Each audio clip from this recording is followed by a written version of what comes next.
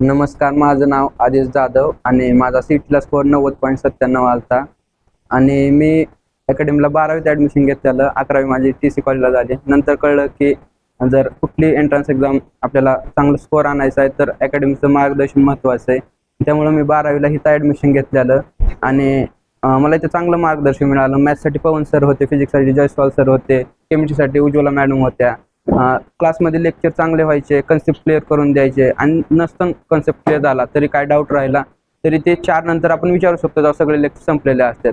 आणि जर माझ्या अनुभवातून सांगायचं म्हणलं तर सगळ्यात महत्त्वाचं म्हणजे कुठली एंट्रन्स एक्झाम पास करायसाठी PYQ, जे की क्लासमध्ये सर 90% PYQच घेतात आणि त्याच्या टाईपचे सिमिलर क्वेश्चन घेतात की जे येऊ शकतात, जे सरांच्या अनुभवातून आहेत ते सर घेतातच. आणि कन्सेप्ट आणि PYQ एवढं जरी केलं तरी कुठली एंट्रन्स एक्झाम असं पास करणं काय अवघड नाही आहे.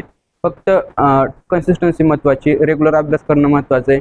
जरी एखाद्या वेळेस आळस आला किंवा आज करू वाटत नाही तरी आपलं स्वतःला सेल्फला पुश करून थोडंफार तरी केलं पाहिजे त्या दिवशी. असं नाही की बसलं मोबाईल बघत, तसं करून जमणार नाही. कन्सिस्टन्सी महत्त्वाची आहे आणि कन्सिस्टन्सीमधूनच आपलं काही करू शकतं. आता काही जणांना वाटतं आपण इथं आलो तिथं आलो, असं काही नसतं. आता शेवटी तुम्हाला एखादा जण तुमच्या तोंडापर्यंत घास आणून देऊ शकतो, पण आता चावून गिळायचं तुमच्याकडे आहे. म्हणून शिक्षकांचा 20% शिकवायचं हे असतं, पण 80% सेल्फ स्टडीनेच होतं, क्वेश्चन प्रॅक्टिसनेच होतं.